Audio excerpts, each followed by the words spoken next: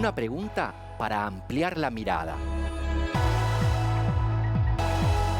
Diálogos entre disciplinas para descubrir el mundo. Con vos que estás ahí, en tu casa, en las aulas, con los y las docentes.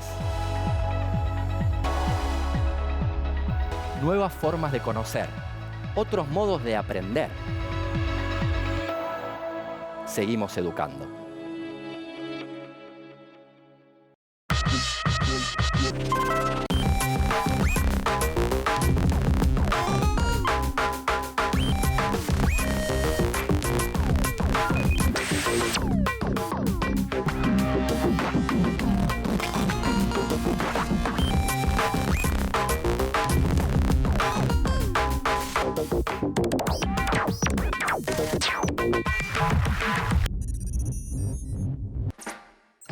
Hola, soy Andrés y hoy junto con Lautaro, profesor de química, y Analía, profesora de educación sexual integral, nos preguntamos, ¿qué es lo problemático de los consumos problemáticos?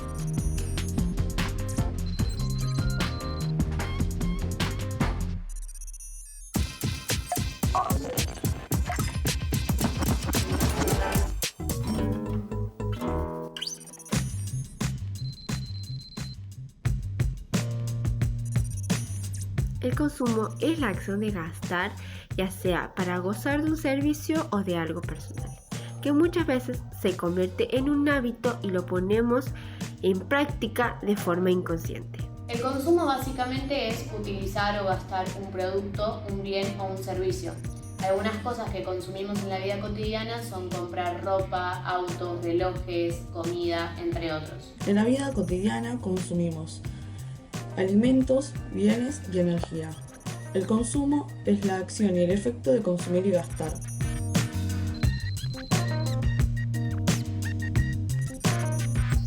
El consumo excesivo es lo que causa las adicciones de cualquier tipo, ya sea adicción a las drogas, al alcohol, al tabaco, al sexo, al chocolate, al azúcar, etc.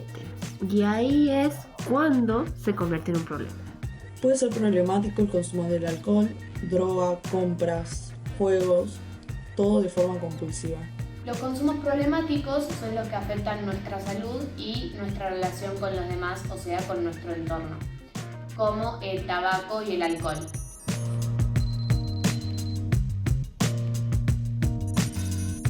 Contamos con alguien que nos entienda, que nos pueda ayudar, que nos apoye y que nosotros nos sintamos libres de poder expresarnos con ellos. Principalmente podemos contar con familiares responsables, con conocidos o con profesionales.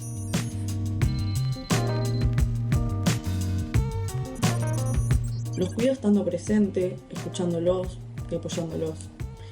Me cuidan cuando me ven mal y me preguntan qué me pasa, aconsejándome, ayudándome. Una manera de cuidarlos es aconsejándoles que las cosas que hagan no afecten a su salud o la relación con sus familiares o su pareja. Ellos me cuidan a mí haciendo exactamente lo mismo y también acompañándome en momentos difíciles.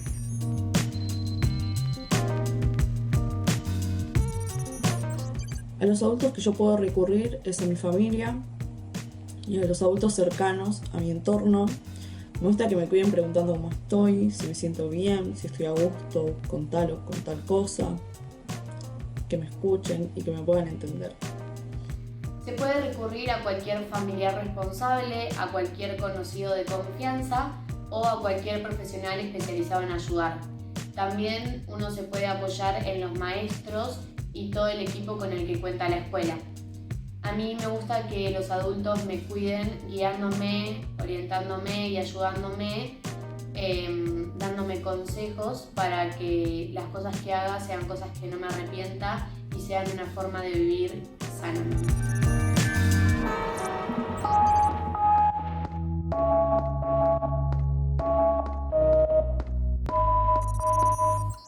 ¿Qué significa que una cuestión social sea un problema? ¿A qué llamamos lógica de consumo? ¿Y consumismo?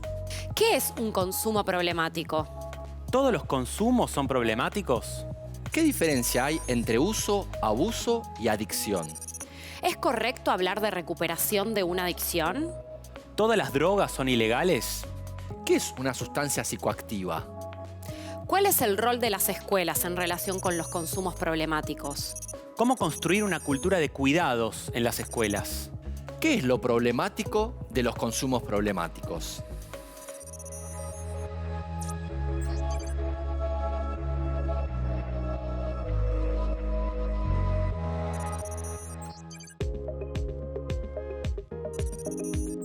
¿Qué es un problema? Bueno, es una pregunta muy amplia, pero en nuestro caso me interesa que vinculemos la dimensión del problema a una cuestión social. ¿Y si lo relacionamos con el consumo? En ese caso, lo que planteamos es una relación de 3 términos: sustancia o objeto, persona, contexto. Es decir, qué se consume, quién consume, cómo y cuándo lo hace. Entonces, por lo visto, tenemos que analizar los consumos problemáticos de sustancias no como problemas aislados, autónomos, sino como situaciones problemáticas complejas, es decir, atravesadas por diferentes variables. Exacto. Y que surgen como manifestaciones de diversas cuestiones sociales, que expresan contradicciones y conflictos del sistema social. Y en ese sentido, o en muchos sentidos, se tienen que analizar desde una totalidad. ¿Cuál es el vínculo, la relación entre el consumo de sustancias y la cultura social? ¿Tenemos que pensar necesariamente en la existencia de una cultura social versus una cultura del consumo? Como primera respuesta te digo que no. No existe una cultura del consumo diferenciada de una cultura social. ¿Y como segunda respuesta? Bien, vayamos por partes.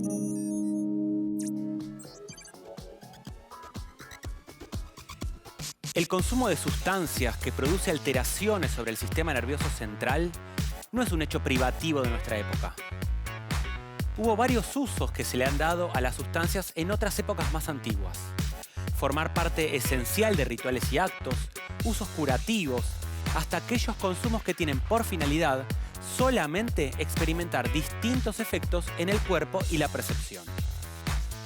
Es recién a finales del siglo XIX y más claramente durante el siglo XX que el consumo de sustancias se construye como problema social y tal cual lo observamos hoy, coincidió con la afirmación de los estados modernos y la consolidación del sistema capitalista. La vida militante es una aventura, pero es tener causas para vivir y no vivir por el mero hecho de haber nacido. El ser militante significa dedicar una parte importante de nuestra vida a la suerte de los demás, bajo la utopía y el sueño de que se puede construir un mundo un poco mejor que aquel que nos tocó nacer. Pero eso que es emotivo y que es muy importante, el quid de la cuestión es mantener el fuego sagrado de esa aventura a lo largo de la vida. ¿Por qué? Porque nos toca vivir un sistema que ha generado una cultura y estamos inmersos dentro de esa cultura. Y esa cultura necesita hacernos funcionales, a ser compradores compulsivos, porque si no todo se tranca. Y tendemos a confundir felicidad con tener cosas nuevas. Y a veces abandonamos las cosas más sagradas, que son siempre las mismas y pocas que nos rodean. O aprendes a ser feliz con las cosas elementales de la vida o no serás nunca feliz. El consumo se constituye como la vía preponderante para el desarrollo humano, como factor de inclusión social. Como contrapartida, esta lógica rechaza y excluye a quienes no cumplen con las expectativas de consumo. La exigencia se les presenta también a las y los jóvenes. El mercado, que erige la vitalidad, el estilo y el éxito asociados a la juventud, reclama una determinada forma de ser joven. El ideario que se instala es todo lo que debe ser consumido. Ídolos musicales, ropa, tecnología que amplifica los mensajes y permite una comunicación continua. De modo similar, ocurre con las sustancias. Las publicidades de venta de bebidas alcohólicas cada vez más apuntan a un público juvenil, y todas sostienen el mismo mensaje. El alcohol se asocia a pasarla bien, a la diversión y al éxito, y al encuentro con el otro. La publicidad está modificando ritmos de consumo y la propuesta es que el consumo de bebida alcohólica esté asociado a la fiesta. Y como que la publicidad plantea que si hay alcohol en esa fiesta va a ser la fiesta. Y es mentira, no existe la fiesta. De algún modo, los objetos de consumo toman una dimensión superlativa como alegoría de existencia. El pasaje a través de una frontera intangible que determina el ser o no ser. Ven como que si no hay alcohol no se divierten. Muchas propagandas de la televisión muestran como que sin alcohol no hay diversión. Siempre en las propagandas de alcohol todo el mundo se divierte, todo el mundo se ríe y la pasa bien y son todos amigos. Entonces claro, la gente va a comprar ese sentimiento de fiesta y diversión.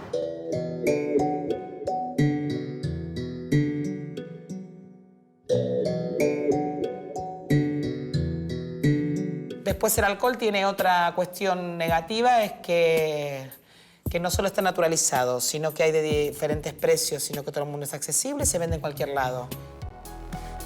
En una sociedad en la que el mercado se propone como espacio de integración social, resulta al menos llamativo que a un determinado consumo se lo considere contestatario o peligroso. ¿Pero qué hay detrás de eso? La persistencia de este estereotipo parece más vinculada a una necesidad de fijar un rol social para la juventud en un momento en que los enormes problemas de inserción en el mundo adulto intensificaron la demanda de nuevos mecanismos de tutela y control. Sé que en mi discurso hay un poco de viejo bizcacho.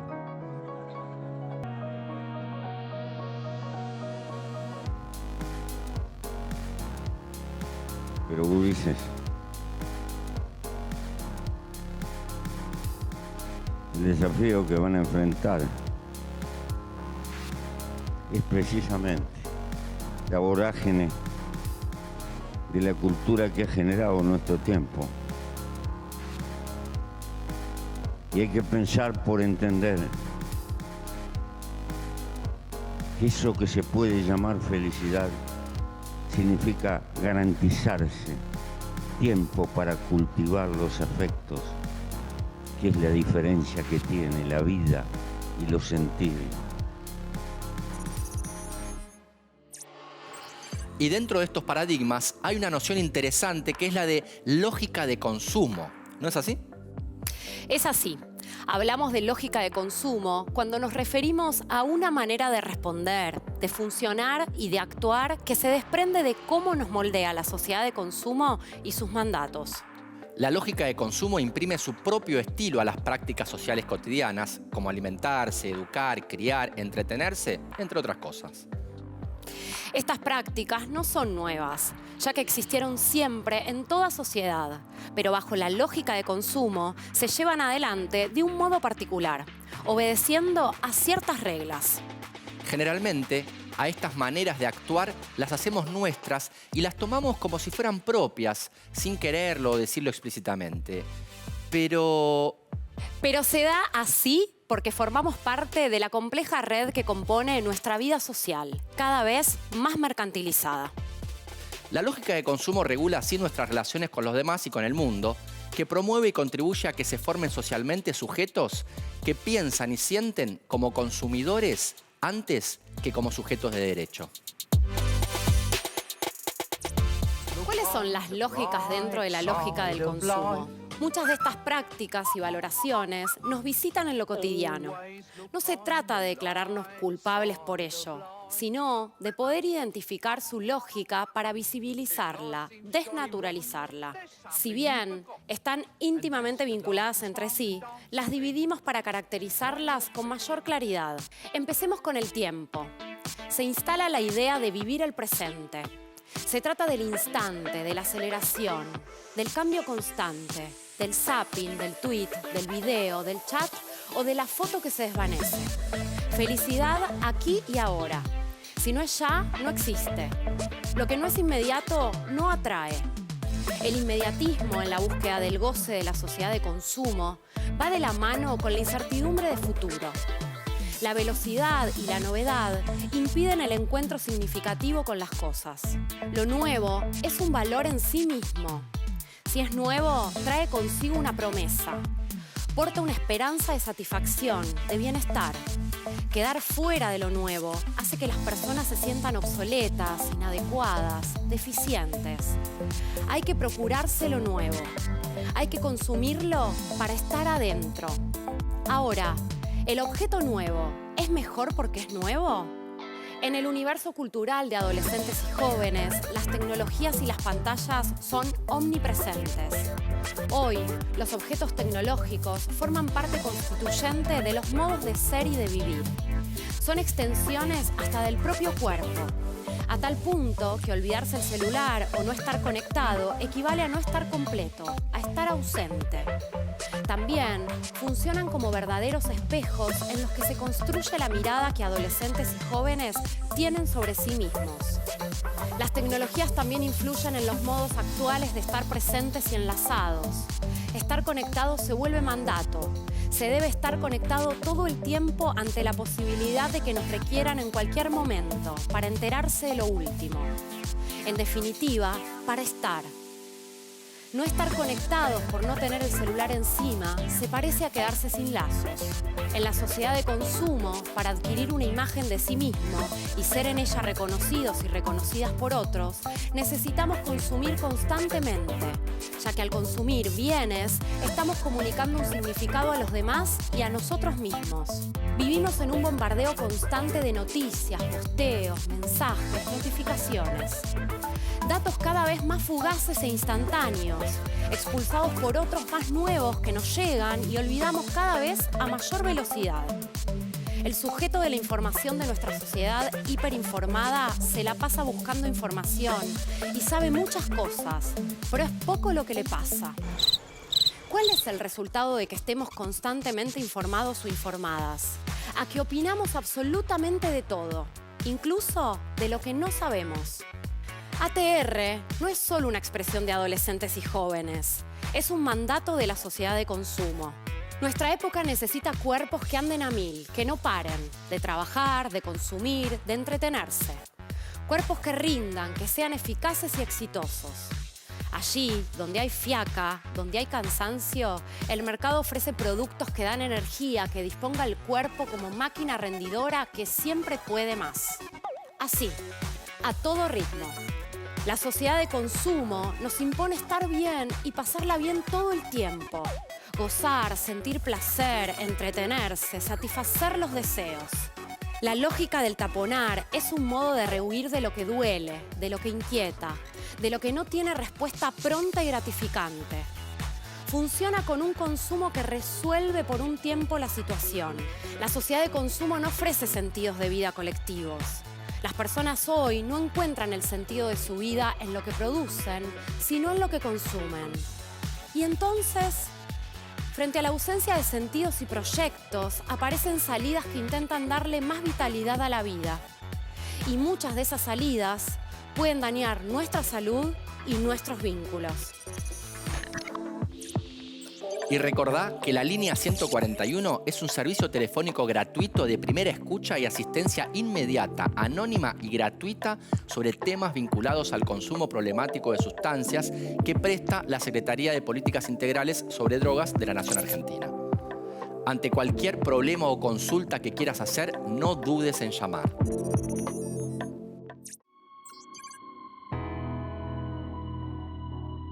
Según la Organización Mundial de la Salud, una droga es toda sustancia que, introducida en el organismo, produce modificaciones en una o más funciones de este.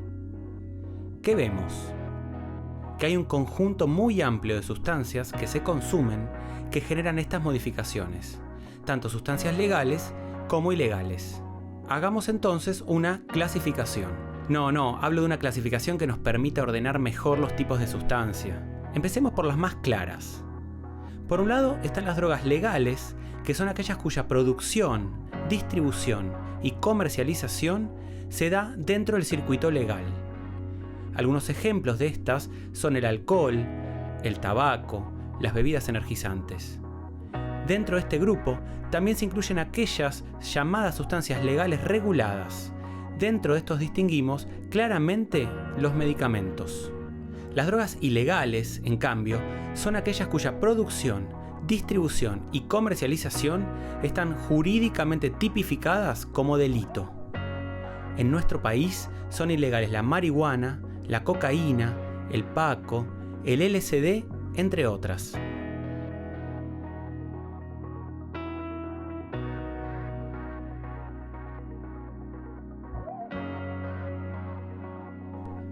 Pero ¿hay otra clasificación posible? La que parte de un criterio médico-científico. Así, se construye la clasificación a partir de los efectos que las sustancias producen en el sistema nervioso. Así, encontramos drogas depresoras. Son sustancias que deprimen el sistema nervioso central, lo sedan, lo lentifican, provocan sueño. Ejemplo, el alcohol, tranquilizantes, ansiolíticos y opio. Las estimulantes son sustancias que aceleran al sistema nervioso central. Provocan excitación y euforia. Por ejemplo, las bebidas energizantes, anfetaminas, paco o pasta base de cocaína. Las alucinógenas son sustancias que provocan alteraciones en la sensopercepción. Por ejemplo, el LSD. Cannabinoides. Se encuentran a medio camino entre los efectos de las depresoras como el alcohol y aquellas sustancias que provocan alteraciones en la sensopercepción. Ejemplos son la marihuana o el hachís. Un apartado especial para el consumo de alcohol. Argentina es el segundo país con mayor consumo de América Latina de bebidas alcohólicas. Y es quizá la droga que produce más muertes por sobredosis a nivel mundial. Desde el punto de vista de la bioquímica, lo que podemos decir es que el inicio temprano del consumo de alcohol, como por ejemplo durante la adolescencia, puede generar cambios en las redes neuronales y puede causar modificaciones persistentes en el funcionamiento del cerebro. Ahora, ¿qué hacer frente a una situación de consumo excesivo de alcohol? Puede ser que una o un amigo tome de más y presente síntomas de intoxicación. En esa situación, quédate con tu amiga o amigo en un lugar tranquilo y ventilado. No le provoques el vómito, ni le ofrezcas ningún alimento o bebida que no sea agua. No le permitas manejar ni trasladarse sola o solo. No dudes en pedir ayuda a una o un adulto y llamar al servicio de emergencias. Cuando pase la situación, es importante que puedas pedir ayuda para poder conversar sobre este tema.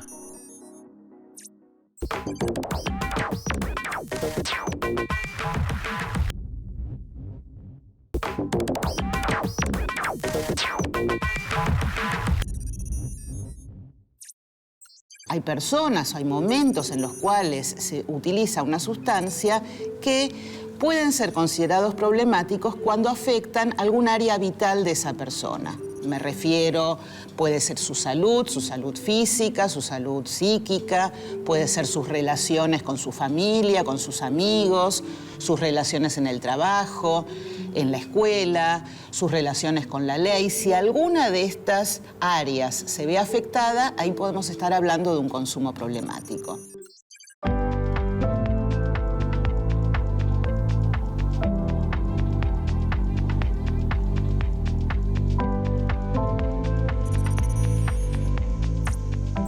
Entonces, se entiende por consumo problemático aquellos consumos que, mediando o sin mediar sustancia alguna, afectan negativamente, en forma crónica u ocasional, la salud física o psíquica del sujeto o las relaciones sociales que tiene. Los consumos problemáticos pueden manifestarse como adicciones o abusos al alcohol, tabaco o drogas psicotrópicas, legales o ilegales. Pero también se producen por ciertas conductas compulsivas de los sujetos hacia el juego, las tecnologías, la alimentación, las compras o cualquier otro consumo. El Plan Nacional de Salud Mental define el consumo problemático de sustancias como el consumo que atenta contra la salud y la construcción de proyectos de vida de las personas. Y esto puede darse en los diferentes niveles de consumo, tanto en su uso, abuso o adicción, y con independencia del tipo de sustancia consumida, sea legal o ilegal. Verdadero. Verdadero.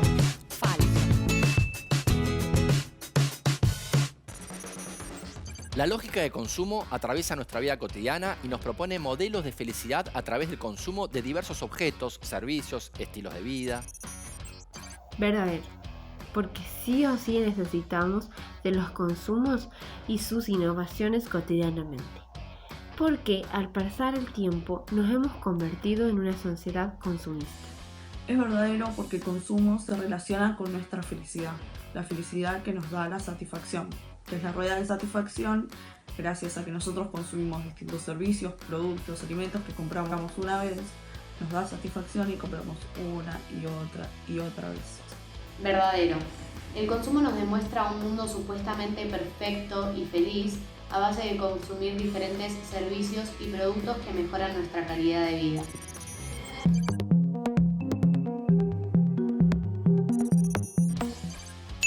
Es verdadero. En la sociedad de consumo se promueven a través de la publicidad y por diferentes medios modelos de belleza, de felicidad a través del consumo de diferentes productos, servicios e incluso sustancias como los medicamentos para aplacar cualquier malestar. El alcohol es una sustancia estimulante. Falso, porque el alcohol es una sustancia que altera a las células nerviosas y muchas veces es lo que provoca la violencia. En escasas veces puede ser que sea un estimulante, pero depende la vista de la lógica de cada uno.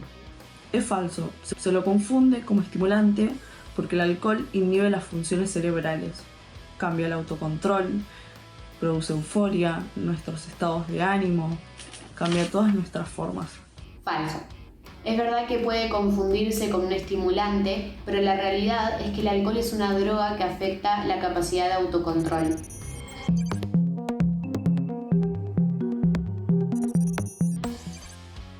No, es falso. El alcohol actúa deprimiendo la actividad de algunas neuronas, lo que se traduce en un flujo de información más lento a través de ellas. Es por esto que decimos que el alcohol es un depresor del sistema nervioso central, aun cuando se lo use con finalidad estimulante. Es importante saber que disminuye la actividad en las zonas encargadas de la toma de decisiones y el autocontrol. Existen leyes que promueven el abordaje de los consumos problemáticos en la escuela desde una perspectiva integral y de derechos. Verdadero. Es de público conocimiento que actualmente existen muchos proyectos encarados por la ley para que se reduzcan los consumos problemáticos desde una edad temprana. Es verdadero, desde 2009 existe un plan nacional para todos los docentes que puedan explicar, apoyar y acompañar a todos los alumnos que puedan tener problemáticas o en su entorno familiar haya estas problemáticas.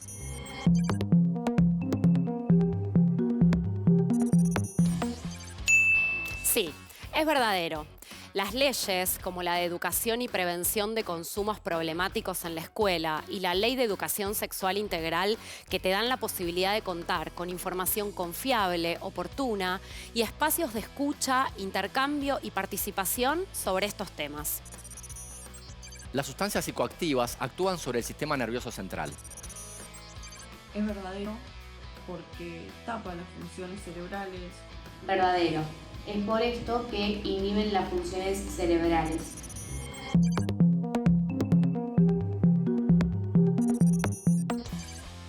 Verdadero. Cualquier sustancia natural o sintética que produzca efectos sobre la percepción y el comportamiento, es decir, sobre el sistema nervioso central, es considerada una sustancia psicoactiva, sea esta legal o ilegal. ¿Son consumos problemáticos solamente aquellos vinculados con el consumo de sustancias ilegales? Esto es falso porque también se consume mucho el juego, las compras, la alimentación, que si bien es legal, se considera problemático porque genera una adicción en la persona que no lo puede dejar. Falso. El consumo del alcohol, el tabaco, el uso excesivo de la tecnología, entre muchos otros, son consumos problemáticos y son completamente legales.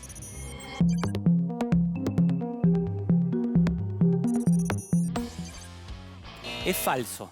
Los consumos problemáticos no son solamente aquellos que involucran sustancias ilegales, sino que también se trata de consumos de objetos y sustancias legales que impactan en la salud, los vínculos y las distintas esferas de la vida de las personas. puede ser problemático el consumo de videojuegos, tecnologías, alimentos. Para pensar en términos de consumos problemáticos, será imprescindible atender a estos 3 elementos: persona, sustancia u objeto y contexto. El consumo de alcohol solo es problemático si sucede de forma crónica. Verdadero. Porque actualmente en la sociedad el alcohol se convierte en un problema cuando ocurre una gravedad crónica. Mientras tanto, naturalizan la ingesta del alcohol hasta apoyan a adolescentes y a menores de edad para su ingesta. Verdadero. Igualmente creo que este es un tema muy subjetivo del que se podría hablar por horas, pero sí es verdad que el consumo crónico de alcohol se vuelve un consumo problemático, pero también depende mucho del contexto social, entre otras cosas. Falso, porque el alcohol, consumirlo ya es problemático, puede generar un accidente con solo tomar una noche y después no tomar nunca más. Pero porque cuando es crónico se considera una enfermedad, deja de ser una adicción para transformarse en la enfermedad del alcoholismo.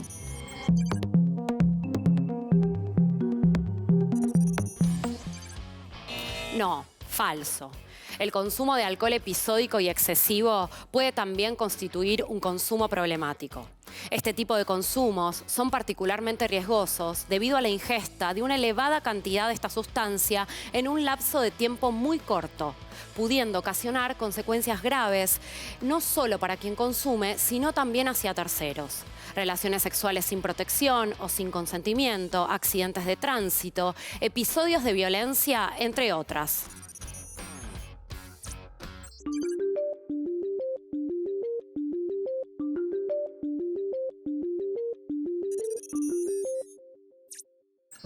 La concepción de lo que hoy llamamos consumo de sustancias fue entendida como un problema social en determinado momento histórico y en cierto contexto político. Esto quiere decir que los consumos de sustancias no fueron siempre entendidos como un problema. De hecho, existieron en diferentes sociedades, culturas y momentos históricos en los cuales este asunto no fue ni siquiera sancionado penalmente. En el caso particular de la República Argentina, la expansión del fenómeno se dio en la década del 70 y se produjo a partir del uso de drogas de farmacia.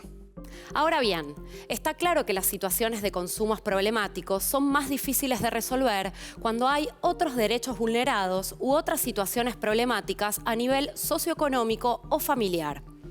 Y suele golpear con mayor dureza a las personas que no acceden a otros derechos como a la salud, a la educación o al trabajo, o que se encuentran excluidas de las instituciones en las que se desarrolla la vida social. Pero es importante destacar que las adicciones a sustancias psicoactivas no son un problema únicamente en los sectores socioeconómicos bajos, sino que atraviesa a todos los sectores, estratos sociales y grupos etarios. Las personas adictas atraviesan cualquier tipo de discriminación, comenzando por el rechazo social y la exclusión. Creo que cualquier persona que se haya enfrentado a un problema de adicción atravesó en algún momento algún tipo de discriminación o exclusión por algún sector social. No le veo ni la necesidad ni el motivo, pero pasa. Considero que el consumo se vuelve problemático cuando genera problemas graves en la persona y en su alrededor. Pienso que tal vez debería haber más conciencia en cómo cada uno enfrenta y encara al mundo y a la sociedad actual. También uno debería reflexionar las consecuencias tanto propias como en el entorno de cada uno y repensar si quiere realmente que eso pase. Y por último, siento que debería haber un nivel de educación más elevado desde un principio, desde el nivel primario tal vez, para que estos temas dejen de ser tabú y para que se traten desde un principio con los jóvenes. Ahora bien, detrás de los fenómenos de las adicciones, ¿no aparecen representaciones sociales? Sí, y en muchos casos las representaciones sociales del problema droga no se corresponden necesariamente con las características objetivas del fenómeno en sí.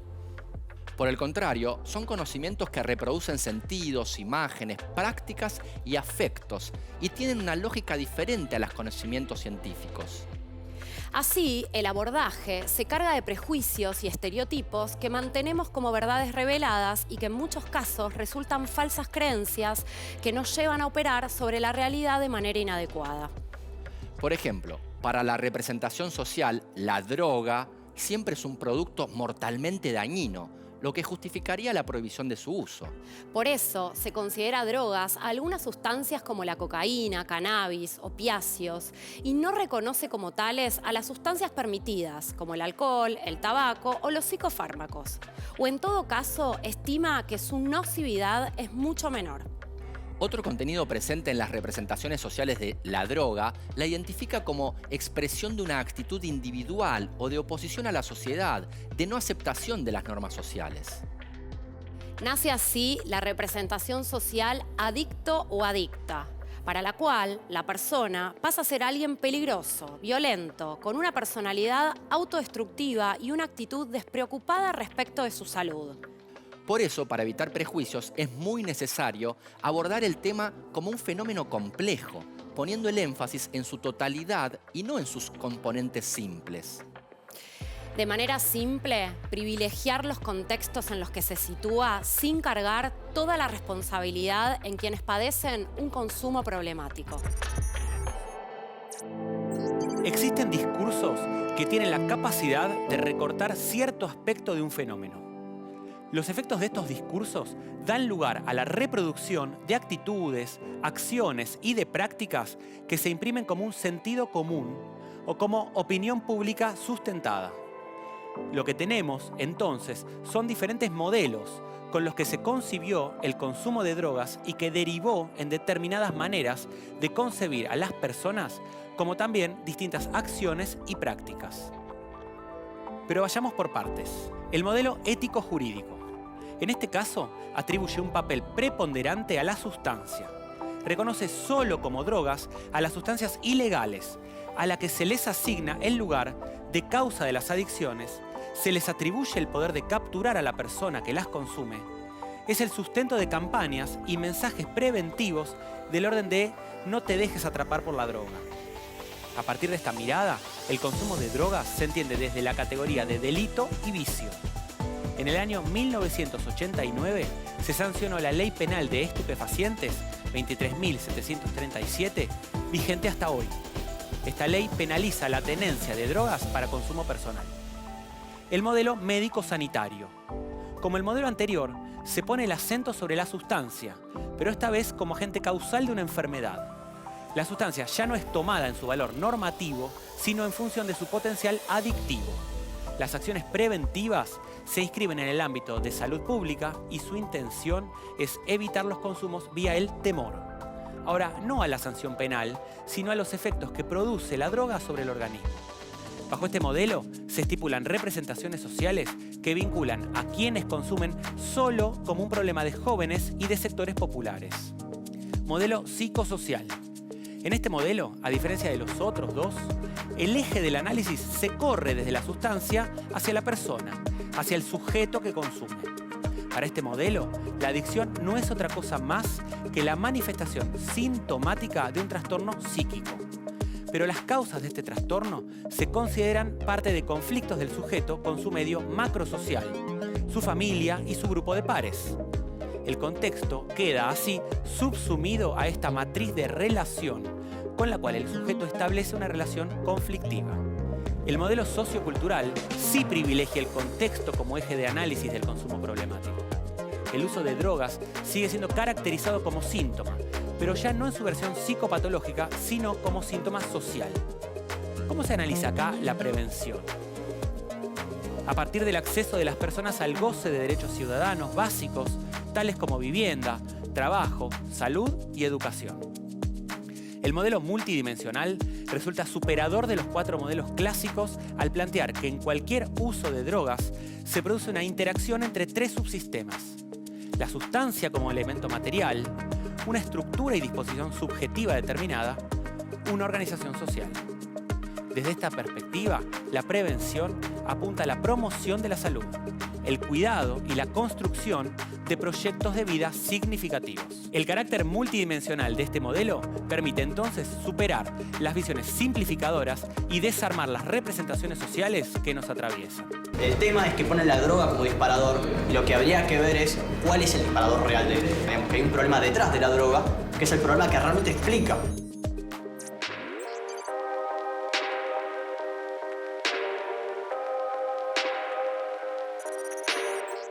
Ahora bien, ¿cómo construir una cultura de cuidado en la escuela? Fundamentalmente sosteniendo una mirada de cuidado. Me interesa, ¿cómo sería eso? Hay que pensar acciones desde una cultura institucional vinculada al cuidado. Esto significa centralmente que primen relaciones de reciprocidad, de afectividad, de confianza y de preocupación por el otro. Pero para esto es necesario que las respuestas frente a situaciones de consumo se enmarquen en una perspectiva de derechos. ¿No es así? Es así. Partimos desde este punto. Entendemos que la enseñanza es la especificidad de la escuela, pero es importante no escindirla de un enfoque del cuidado.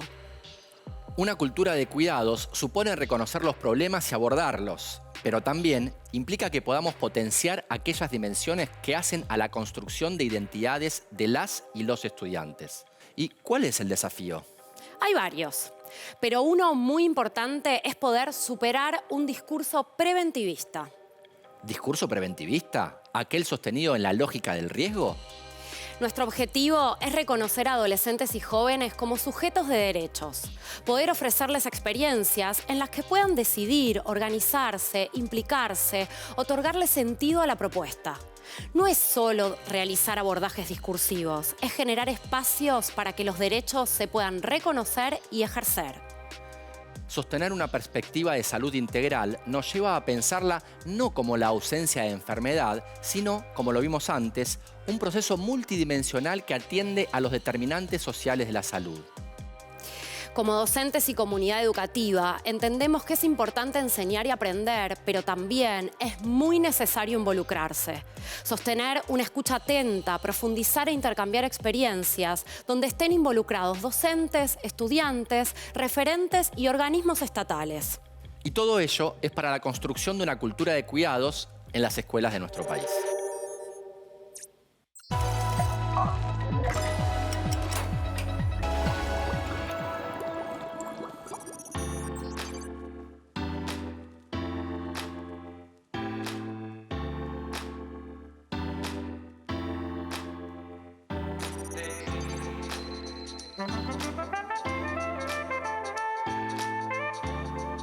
Hablamos de una cultura del consumo porque no podemos pensar al consumo por fuera de un contexto histórico, social y cultural que incentiva una serie de prácticas que justamente están relacionadas con el consumo de diferentes objetos, productos y servicios que a su vez están relacionados con cierta idea de felicidad, de éxito e incluso de satisfacción, siempre, por supuesto, inmediata. Y a su vez generan una idea de pertenencia, de encuentro e incluso de identidad, como pueden ser las marcas de zapatilla o ciertas marcas de ropa.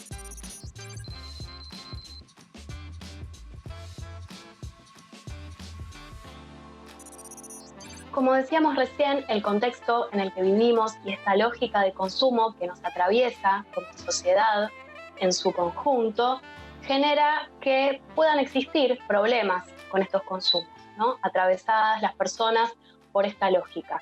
Es importante señalar que no se trata de un problema aislado, ni autónomo, ni que responde solamente a causas individuales, sino que tiene que ver con las relaciones que las personas establecen con los objetos de consumo en determinados contextos particulares. Me gustaría agregar que se ha pensado que las sustancias generan o que tienen poder de atrapar a las personas, pero los problemas relacionados con los consumos no radican en el poder de las sustancias, sino en estas relaciones que las personas establecen con las mismas.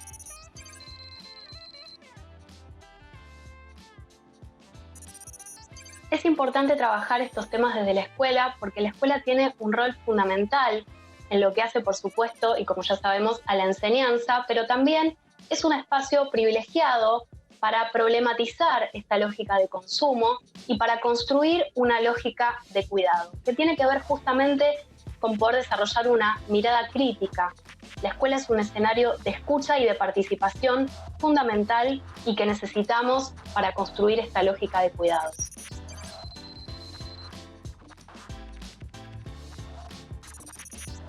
Primero habría que decir que es un problema que atraviesa el conjunto de la sociedad, a los diferentes grupos etarios y, por supuesto, a los distintos sectores sociales. No es un problema exclusivo de las adolescencias y de la juventud, aunque sí atraviesa de una forma particular a las adolescencias y las juventudes porque propone y establece determinados estilos de vida ligados al consumo y a su vez porque desde los medios de comunicación algunas veces se plantea que son estos sectores y estos grupos los que están particularmente afectados. Parte de las discusiones que nos tenemos que dar en las escuelas es justamente cómo atraviesa las juventudes y a las adolescencias, de qué manera particular y cómo podemos cuidarnos entre todas y todos.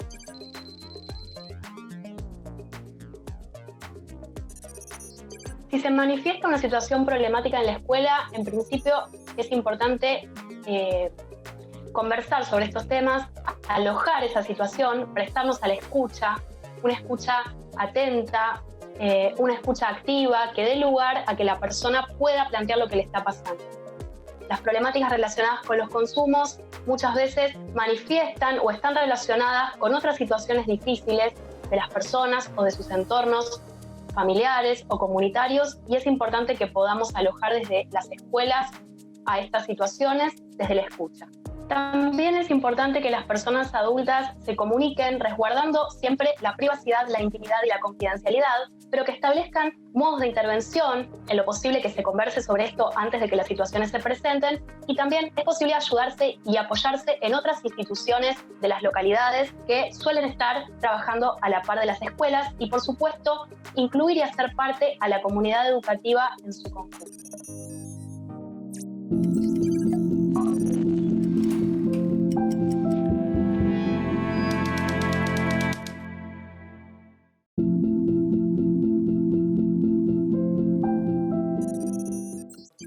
Vieron que con la filosofía hay una representación de que la filosofía en general nos conduce a un estado como más volátil, ¿no? Como que el que hace filosofía está medio volado. Y eso genera una asociación entre la filosofía y cierta idea de lo que es el consumo de sustancias que alteran el sistema nervioso.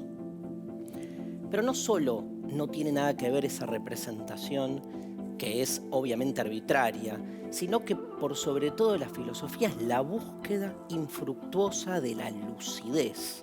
Digo, no hay situación más propicia para la filosofía que el funcionamiento puro de nuestra racionalidad. Al revés, sin ningún tipo de alteración. O peor, cuestionando hasta qué punto la realidad que se nos presenta como supuestamente libre, autónoma y pura, está de alguna manera también ella enajenada. Son muchas las situaciones en las que en distintos relatos o conceptos filosóficos aparecen distintas sustancias, sobre todo en relación a algunos hitos de la filosofía. Por ejemplo, el banquete de Platón. El banquete de Platón es una situación ideal donde diferentes comensales se la pasan discutiendo acerca de lo que es el amor. ¿Y saben qué? Se pasan todo el libro tomando vino. Es más, lo increíble del relato platónico es que hay como un ensalzamiento de aquel que más resistencia tiene al vino.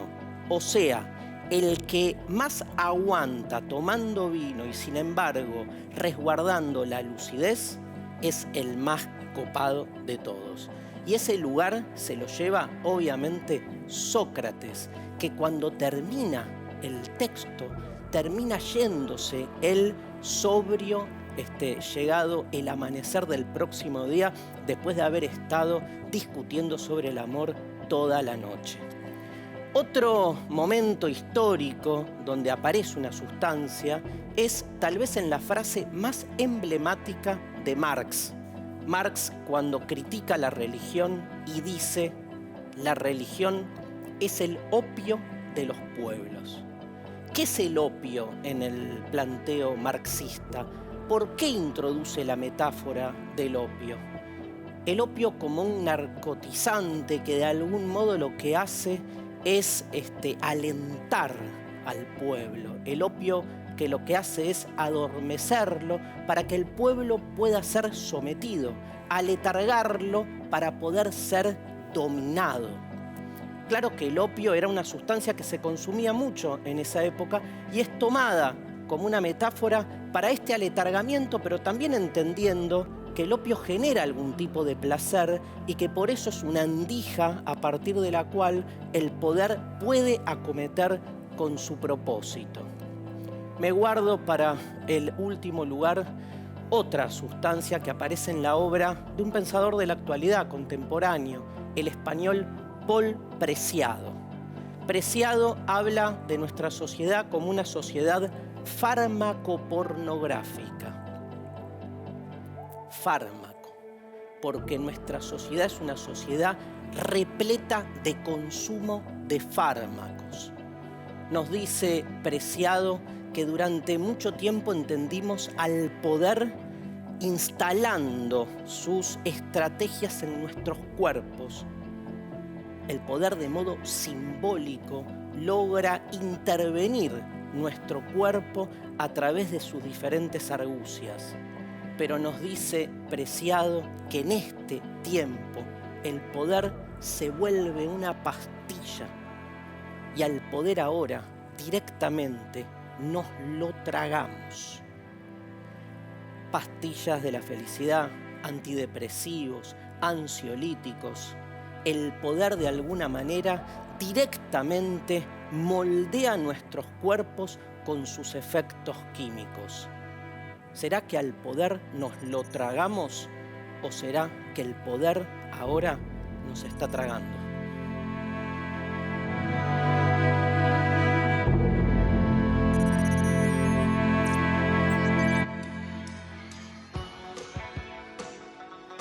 Y recordá, tenés derecho a que los medios de comunicación no te estigmaticen a través de los mensajes y fotografías que publican sobre la adolescencia. A que la escuela genere espacios donde aprender cómo cuidarte. A la implementación de la Ley de Educación Sexual Integral que te dé herramientas para cuidar tu cuerpo y tu salud. ¿Cómo piensan ustedes que las escuelas tienen que abordar el tema del consumo problemático? Escuchándolos, con mucha contención. Mucha contención de parte de la escuela, de los profesores, de los más de los profesores, porque ponele, en mi caso yo tengo una profesora que también a veces tengo problemas y es como que me recontiene. A contar con espacios y actividades de participación comunitarias, donde tu opinión sea escuchada y tenida en cuenta. A que el Estado garantice espacios y actividades sociales de recreación y deporte. A contar con atención en las instituciones de salud siempre que lo necesites. Yo creo que hay que contenerlo y hay que sancionarlo. Faltaría más contención en los colegios, diría.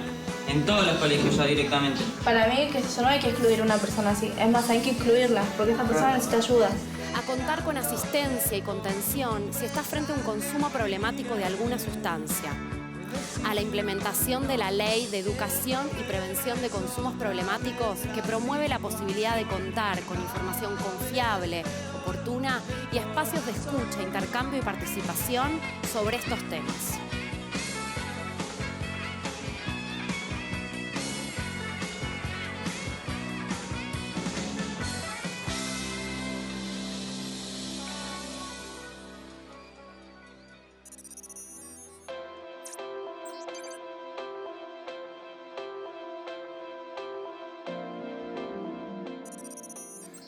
El consumo problemático abarca una multiplicidad de dimensiones, tanto en sus causas como en sus consecuencias. Por eso, hicimos un recorrido sobre distintas nociones que abarcan esta idea de consumo, como consumismo y lógica de consumo. Trabajamos sobre los distintos tipos de sustancias, tanto legales como ilegales, sus clasificaciones, los discursos y las representaciones sociales en torno a ello. Reflexionamos sobre los consumos considerando los contextos más amplios, como la sociedad de consumo en los que tienen lugar. Planteamos así la necesidad de adoptar una actitud de diálogo y escucha, y no exclusivamente de portación de un saber adultocéntrico. Acompañar y no disciplinar, contener y no habilitar cualquier práctica, poniendo en palabras los límites y riesgos que se deben conocer, puede ser una buena manera de hacer frente a un fenómeno que ocurre. Entendemos que la participación en los ámbitos sociales como la escuela genera pertenencia. Y eso nos favorece en la conformación de identidades, de proyectos vitales. Te incluye a vos, nos incluye a todos y a todas. Y nos permite, por sobre todas las cosas, transformar la realidad que nos rodea.